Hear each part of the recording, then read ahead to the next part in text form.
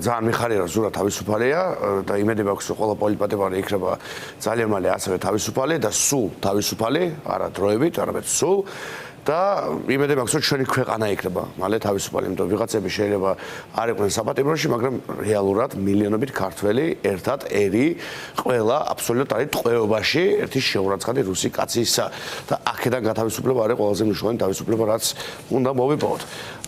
რაც შეეხება ერთობას, რა თქმა უნდა, ზურასთან საუბარი დაწმულება ჩვენს გვექნება, ისე როგორც ყოველთვის გქონია, კარგი, საინტერესო მოსაუბრეა, კარგი თანამებრძოლი ქართულ დემოკრატიულ დიდ ბრძოლაში.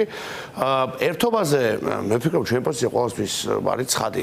ერთობა სწორი შინაარსით და შინაარსობრივი სტრატეგიული თანხმედრით არის ყოველთვის საინტერესო და მიმზიდველი. ერთობა ერთობისთვის არასდროს მე ვფიქრობ არ არის არავისთვის საინტერესო, ცოტა გაცვეთილიც კი გახდა, ხო? ერთობა ერთი ფორმატი, მეორე, მესამე, მეხუთე, აი რომ უყურებ ხოლმე საზოგადოების პერსპექტივიდან, შენ ვფიქრობ, რომ აი რამდენად გაცვეთილი შეიძლება იყოს ეს ტერმინი, ხო? მოდი კოორდინაცია ვთქვათ თუნდაც, ხო? თქვა ერთობა მაქვს ჩემი პარტიის წევრებთან და ვარ იმ პარტიის შემოშიც ვარ, ვთქვათ, ხო?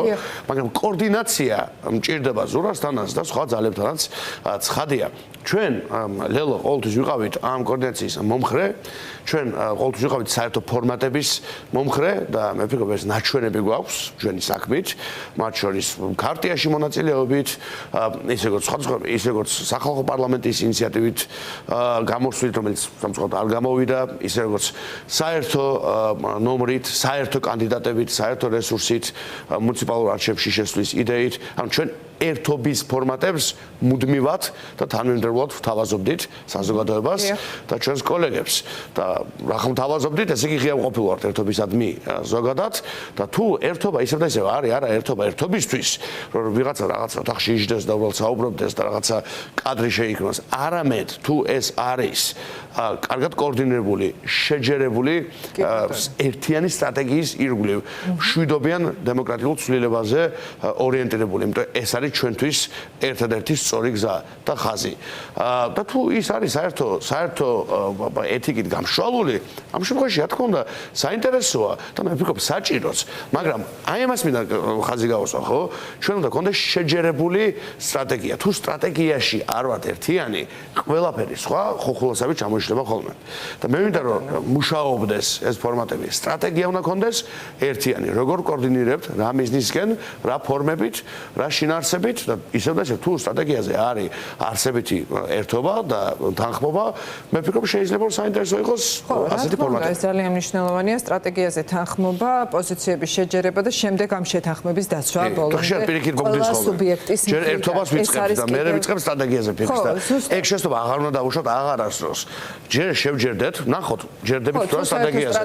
თუ არ ჯერდებით, ვიყოთ კარგი მეგობრები, მაგრამ რაღაც ერთობებში ვიქნებით. საერთო ალბათ ეს უნდა გქონდეთ, საერთო სტრატეგია, საერთო მიზანი ბიძინა ივანიშვილის რეჟიმის შეცვლა და ზუსტად ბიძინა ივანიშვილის რეჟიმის ცვლილებასთან დაკავშირებით უნდა გკითხოთ, ეხლა შალვა პაპუაშვილისგან ის განცხადებები, რაც მათ შორის დღეს მოვისმინეთ, ბატონო გრიგოლ, მოულოდნელი ნამდვილად არ არის, ის ახალს არაფერს არ ამბობს, როცა ესე თავს ესხმის ევროკავშირს, ჩვენ საერთაშორისო პარტნიორებს და ესე იგი მშობლების გარეშე მარტო დატოვებული ბავშვებივით იქცევენ, ეს იმიტომ რომ დღეს მოლოდინი არის უვიზო რეჟიმთან დაკავშირებით ევროკავშირის გადაწყვეტილება, უბრალოდ ანგარიში უნდა იყოს ამ გაფართოების სამიტის და აქ უკვე ჩვენ ვიცით, რომ ვინაიდან ევროკავშირს აქვს ბერკეტი, რომ მთლიანად საქართველოს და საქართველოს ყველა მოქალაქეს არ შეუჩეროს უვიზო მიმოსვლა და ეს იყოს კონცენტრირებული უშუალოდ თარგეტირებულად იმ ადამიანებზე თუ ადამიანთა ჯგუფზე, ვინც აქ არღვევს დემოკრატიას, შესაბამისად გასაგებია მათი გაღიზიანებაც, ხო? აი თქვენ რა მოლოდინი გაქვთ, ბატონ გრიგოლ, იქნება თუ არა სწორედ მსგავსი ტიპის სანქციები ამოქმედებული რეჟიმის კონკრეტული ჯგუფების წინააღმდეგ? კი, მე აბსოლუტურად დაწუნებული ამაში. იქნება ჩვენი მიზანი, ხაზი უნდა გაესვას, ჩემი პარტიისას და რამდენიც მე ვიცი, ყველა სხვა პოლიტიკური ჯგუფისაც, ყოველთვის იყო კონკრეტული პირების სანქციების ხილვა და არა ქართველი ხალხის. ეს უნდა იქნას გამიჯნული, იმიტომ რომ პროპაგანდა ყოველთვის საპირისპიროს უმტკიცებს ადამიანებს, რომ თითქოს ოპოზიციას სურდეს ხალხი დაისაჯოს, ჩვენ დავისაჯოთ, ჩვენ რატომ დავისაჯოთ დავისაჯოთ ხალხი, რომელიც რეალურად ჩემი ხმარწმენით ძალიან სწორ არჩევანს აკეთებს, თუმცა უყალბებენ ამ არჩევანს, ის ხალხი რატომ დაისაჯოს, ხო? ამ ხალხმა რა დააშავა არაფერი, პირიქით ქართული ოცნება არის ის ერთი ძალიან დიდი სასჯელი, რაც ჩვენ როგორც ერთ სამწუხაროდ გვაკისრია, ხო, გვადევს, ხო? მეტი სასჯელი არ გვჭირდება, უკვე სასჯელი არის, რომ ქოცურ საქართველოში ცხოვრობ, ხო, რეპრესიული კანონებით, სიღარიბით, ამაზე ვერ სასჯელი მე აღარ ვიცი, ხო? რა შეიძლება რომ იყოს, ან როგორ შეიძლება კიდე დამატებით მოითხოვო, ხო? ხა ზარქუები რო გვართავენ, სასჯელზე უარესია, ხო, რა თქმა უნდა. ხო, რა შეიძლება სანქციები ნამდვილად უნდა იყოს ტარგეტირებული მიზნობრივი კონკრეტულ პირებზე. ჩვენ ვხედავთ ბრიტანეთის ძალიან სხვა ტიპის გაფრთხილებას კიდევ აქტივობას, დიახ, BBC-ის გამოძიების აი ეს არის ბატონო გრიგოლ, ერთია, როდესაც ხელისუფლება სჩადის დანაშაულს, მაგალითად დემოკრატიული კურსიდან გადაუხვია, იღებს ანტიდემოკრატიულ კანონებს, ებრძვის მშვიდობიან მომიტინგებს, ცემს, ასახიჩრებს, უკანონოდ იჭერს, ყავს ძალიან ბევრი პოლიტპატიმარი, მაგრამ სულ სხვა სტატუსია, სულ სხვა განზომილება, სადაც გადავიდა უკვე ქართული ოცნების რეჟიმი, მას შემდეგ რაც ქიმიური იარაღის შესაძლო გამოყენებაზე არის ბრალდებები და ეჭვები. აი ეს რა მდგომარეობაში აყენებს ახლა ქართულ ოცნებას და ბრიტანეთის მთავრობის ამგვარი აქტიურობა, რას ფიქრობთ, რა მოლოდინი შეიძლება გქონდეს? დაგეთანხმებით, პირველ რიგში ეს თვისებრივად ცვლის მთელ ამბავს, აი ეს BBC-ის გამოძიება და მისი დასკვნა ქიმიური ნივთიერების შესაძლო გამოყენებასთან დაკავშირებით. თვისებრივად და არსებითად საერთოდ სხვაგან მიყავს მთელი ამბავი. მიყავს ჰააგისკენ, ძალიან მარტივად. ეს რეჟიმი როცა დაამთავრებს, მე უკვე დიდი ხანია ვიცი, ჩვენ ვაფრთხილებდით, ხო, ძალიან ხშირად მას, რომ მას ჰქონდა ბევრჯერ შანსი, რომ დემოკრატიულად წასულიყო, ხო? და ეხლაც დემოკრატიულად წავა, მაგრამ შვიდობიანად, ისე რომ არ ქონოდათ საქმე საციხოთ, არ ყოფილიყვნენ სახელმწიფო ღალატში. კაცობრიობის წინააღმდეგ დანაშაულში. ეხლა უკვე ბოლოს, აი მან მოვიდა სწორედ, არ ყოფილიყვნენ კაცობრიობის წინააღმდეგ დანაშაულში ბრალდებული და უკვე ჰააგის მასალა არ ყოფილიყვნენ და ეხლა როგორ მეღიმება რომ იმ დღეს ქალბატონი ბოჭოიშვილი იმყოფებოდა ჰააგაში და ეთყობა უკვე ასე იგი აზომა იქაურობა და ემზადება მენტალურად და რეჟიმს ამზადებს რომ კარგი რომ ჰააგაში იყოს სწორედ და არცაც სხვაგან იმიტომ რომ ჰააგა როგორ ჩანს იქნება მათი ბოლო ბევრი მათგანის ბოლო ცდილობენ ალბათ რომ ჯერჯერობით მთლად ბოლომდე საქმე არ გაიფუჭონ ჩვენ ნახეთ ხო რა გაწყვეტილებაც ხო რაღაცებს რაღაც მცდელობები არის კი და ალბათ ეს ვაჭრობის მცდელობები იქნება კიდევ ბიზნესი. კი, აუცილებლად ივანიშვილი ძალიანად ვაჭრობს. მე აღარ მგონია მას ამ პოლიტიკამ უშველოს, მას ჰქონდა შანსი რომ თუნდაც თავისი საყვარელი მანიპულაციით და მანევრებით კიდევ რაღაცები გაეჩარხა, მაგრამ ეს არ ვიცი მას ესმის თუ არა და ამ დეტალებში შემოვიდეთ ერთად, მაგრამ ფართო სურათი არის უკვე იმედანად ხელიდან გაქცეული მისი პერსპექტივიდან და მისთვის რომ მე ვეღარ ვხედავ ვერავითარ შანსს თუ რა თქმა უნდა ის რადიკალურად არ შემოატრიალებს სიტუაციას, რაც მას შეუძლია, იმიტომ რომ ყველა სხვა არის მისი რაღაცა მისი პუდელების როლში ხო რეალურად ხო მისი თოჯინების. შეიძლება ველოდოთ მაგალითად ბრიტანეთისგან კონკრეტულ გადაწყვეტილებებს, კონკრეტულ სანქციებს ბატონო. ამის რთულია, მაგრამ ჩვენ ვხედავთ რომ BBC-ის საერთაშორისო გამოძიება ურევია ამბავში და არა რომელიღაც გამოცემის. შესაბამისად ეს ბრიტანეთის ხელისუფლებისთვის არის უმაღლესი შესაძლო დონის და ხარისხის სტანდარტი და თამასა, ასე თუ ვიტყვით.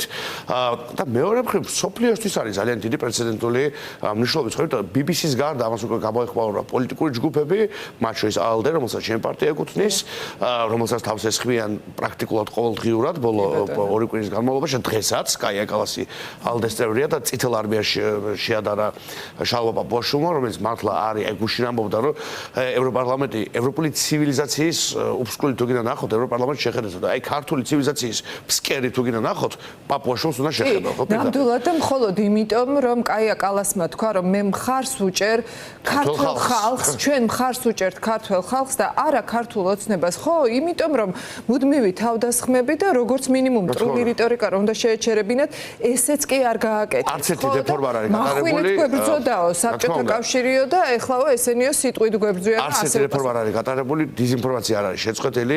ყოველდღიური თავდასხმები მხოლოდ ხშირდება, იგივე კობახიძემ 2 დღის წინ პრაქტიკულად მთელი საკუთარი გამოსვლა დაუთმო ევროპის დემონიზებას. პაპუაშვილი ყოველდღიურად სულ უფრო ახშირებს გეგმაზომიერად თავდასხმებს ევროპულ კავშირზე და უკვე რუსი ოლიგარქების ადვოკატადაც გვევლინება, რომ როგორ დაჩაგრა დასავლეთმა საბრალო რუსი ოლიგარქები და როგორ ეხმარება ბავშვებს უკრაინაში, რომელსაც ასახიჩებენ და ხოცავენ და ამის წინააღმდეგ ადვოკატირებს კაცი, რომელიც მართალია შოუშია ჯართული, რა თქმა უნდა, ფარსში, მაგრამ ამ ფარსში ხო საკუთარ თავს წარმოგვიდგენს როგორც საქართველოს პარლამენტის სპიკერს და ამის მიუხედავად რუსი ოლიგარქების ადვოკატად დგას რეალურად და როგორ ბედავს დასავლეთი, რომ უკრაინას ეხმარება. ასე ღიად იყო პრო-რუსი საქართველოს კი არა, მე მგონი მთელ რეგიონს დღეს არის ხათაშორის პუტინის ყოველწლიური პრესკონფერენცია და აი დარწმუნებული ვარ, რაც დღეს თქვა შალვა პაპუაშვილმა, რომ ამ ომს 2 დამარცხებული ყავსო უკრაინა და ევროკავშირიო და ალბათ წარმოუდგენიათ, რომ რუსეთმა გაიმარჯვა, ზუსტად იგივე რიტორიკა ექნება პუტინს, იმიტომ რომ ერთი გზავნილებით მუშაობენ. ესეც მინდა დავამატო, არ ნახულ რაღაცას ხედავთ რეგიონში. სომხეთი ესწრება ევროპული კავშირის ყველაზე მაღალი კალიბრის სხდომებს. სომხეთმა გაგვასწრო საგარეო პოლიტიკაში, კიდევ ერთხელ სულ მინდა ხაზი გავუსვა, სომხეთს საუკეთესოს უსვამთ პირიქით. მხოლოდ მივესალმებით, დემოკრატიული სომხეთი არის. ჩვენს უკუსლას არ მივესალმებით, თორემ სომხეთის უკუსლას და აი მართლა თავს ლაფს დასხვას, არ ვიცი, შიშით ვუყურებ და ტრაგიკულია. მართლა გულისტკივით ვუყურებ, საერთოდ გადავდით პოლიტიკა გვერდით. კატასტროფა არის, რაც ჩვენ აგვემართა. კატასტროფა, სრული შემოტრიალება არის, ხო? მოლდოვა, სომხეთი იგივე სამშვიდობო შეთანხმება და ახალი ტრანზიტული პოლიტიკა რაც არის რეგიონში და ამ დროს ჩვენ ვართ გადაქცეული უმნიშვნელო ჩიხად, რომელიც არც მშვიდობას უდრის, არც სანდოობას ზრდის, არც რეპუტაციას გვიზრდის, არც ინვესტიცია შემოაქვს, რაც გაურკვეველი არაბული კაპიტალის გარდა, რომელიც კიდევ ან შემოვა, ან არა, თუ სერბეთში არ შესულა ეგერ, ვიცით, და ისიც გასაიდუმლოებულია, არაფერი აბსოლუტურად ჩვენს თავს არ ხდება. და უნდათ რომ რაღაცა მითებით გამოვკვებონ და დამშეულ ხალხს უთხრა რომ მშვიდობა ხო გაქვს და ის მშვიდობას არ აქვს. კიდევ ერთი თემა რომელსაც მინდა მომასწრო ბოლოს საუბარი, ბატონო გრიგოლ, ეს არის ჩვენ ვახსენეთ უკვე BBC-ს გამოძიება და ბრიტანეთის მთავრობის მხრიდან შესაძლო სანქციები და კიდევ ერთი განცხადება, რომელიც დღეს ბრიტანეთის საელჩომ გამოაქვეყნა, ეს უკვე ეხებოდა ნავთობის, რუსული ნავთობის დასანქცირებას, რუსნეფტი კონკრეტულად და ამით ახლა მთელი მსოფლიო, ბრიტანეთი და ევროკავშირი პირდაპირ ომის ბანკომატს ურტყავს, ასე ვთქვათ, რომ ომის დაფინანსება რუსეთმა ვეღარ შეძლოს. ხო და აი აქ ყავს ნახსენები საქართველოს, რომ იმედია ისინი შეძლებენ, რომ არ დაეხმარონ რუსეთს ამ სანქციებისგან გვერდისავლაში და კიდევ ერთხელ ეუბნება, რომ არ არის რუსეთის სანდო პარტნიორი და არ უნდა იყოთ მასზე დამოკიდებული თუნდაც ამ ენერგორესურსების თვალსაზრისით. აი როგორ გენიშნებათ ეს განცხადება? ის რომ საერთოდ გახსენებენ ამ კონტექსტში, ის რომ ვინმე მიიჩნევს, რომ უნდა შეგახსენოს, რომ რუსეთი, რომელიც არის შენი სახელმწიფოს, შენი სუვერენული ტერიტორიის 20%-ის ოკუპანტი, რომელიც ხოცავს შენს ხალხს, ის რომ შეხსება გჭირდება, რომ რუსეთი არის მტერი, ეს არის არნახული მასშტაბის კატასტროფა საერთაშორისო ასპარეზზე და ამის გამოსწორებას დასჭირდება წლები შემდეგი ხელისუფლების მხრიდან, იმიტომ ჩვენი რეპუტაცია ასეთ დაბალ ნიშნულზე, ასეთი ფეხქვეშ გათელია არასოდეს არ ყოფილა, აბსოლუტურად არასოდეს არ ყოფილა იმ გიჟურ და უბედურ 34 წელშიც კი, რაც ამ სახელმწიფომ გაიარა საკუთარი დამოუკიდებლობის აი ამ ბოლო ფაზაში. არასოდეს ასეთი დაბალი სანდოობა, ასეთი დაბალი რეპუტაცია, ასეთი დაბალი დონე პარტნიორობისა ორმხრივ დონეზე თუ მრავალმხრივ დონეზე არასოდეს ჩვენ სახელმწიფოს არ ქონია და აი ეს განცხადებას და ისიც რომ ყველა ირგვლივ მიდის წინ და შენ მიდიხარ კი უფრო ღრმად ჭაობში ის რომ გახსენებენ რომ ის ვინც კლავს და ვინც სახში გივარდება არის შენი მტერი ეს რომ შესახსენებელი გახდა ის რომ მას არ უნდა დაეხმარო თუნდაც თეორიულად და ეჭვსო უჩენ მთელ მსოფლიოს რომ შენ მას ეხმარები ეს ხო უკვე არის კატასტროფა ეს არის უკვე აბსოლუტური თავის და აქედან გამოსვლას დაჭირება ძალიან ძალიან დიდი ხანი. კი ბატონო, ხო, ჩრდილოვანი ფლოტის დაშვების მერე ძალიან ბევრი მოგვახდებით, კი, ძალიან ბევრი წელი დაგჭირდება და აი ერთი ბოლოს მიან დავამატო მშვიდობაზე გველაპარაკებიან და პრაგმატიზმზე. კიდევ ერთხელ მინდა ხაზი გაუსვა. ეს საგარეო პოლიტიკა არც მშვიდობაზეა მომართული, არც პრაგმატული არ არის. პრაგმატული კურსი უნდა გქონდეს, კი, დივერსიფიკაციასაც დიახ, უნდა მივესწრაფოდეთ და ეს ჩვენ პარტიას ხოშხოში 3 წელზე მეტი გვიწერია პროგრამაში. ნატო არის მნიშვნელოვანი, მაგრამ ალტერნატიულ უსაფრთხოების გზებსაც უნდა ვეძებდეთ, ესეც გვიწერია, ყველა შეუძლია ნახოს ნამდვილად. უნდა ვავითარებდეთ შავი ზღვის აუზთანახლებული ტიპის ბმას. პირიქით უნდა ვსწავლოთ და კიდევ იმ აუზსაც გავსვათ და ფართო რეგიონის კონცეფტში როგორღაც ჩავსვათ საქართველოს, რომ რაც შევა ბევრ სხვადასხვა სწორ პარტნიორს მივებათ და დიახ, უნდა ვეცადოთ უსაფრთხოების გარანტირების მოდელს ჩვენი ქვეყნისთვის, რომ იმ შემთხვევაში თუ ნატო გაჯანჯულდა რას ვაკეთებთ ჩვენი სუვერენობის რეალური უსაფრთხოების უზრუნველყოფის მიზნით. ანუ მშვიდობა სჭირდება ფესვები და ამ ფესვებს სჭირდება მოვლა და მორწყვა, როგორც სცენარში სჭირდება რომ გადარჩეს, ხო? რაც დღეს ხდება არის ჩეხვა ყველაფერი ქართულის, არაფერი ამას არ ვარ. ყველა ნაბიჯი აბსოლუტურად ყველა ნაბიჯი ხდის კიდევ ერთხელ მთავარ სამიზნეც საერთაშორისო სანქციების შეერთებული შტატებიდან და ბრიტანეთის და ევროკავშირის მხრიდან. კი, და ნამდვილად მარტო არის განწირული.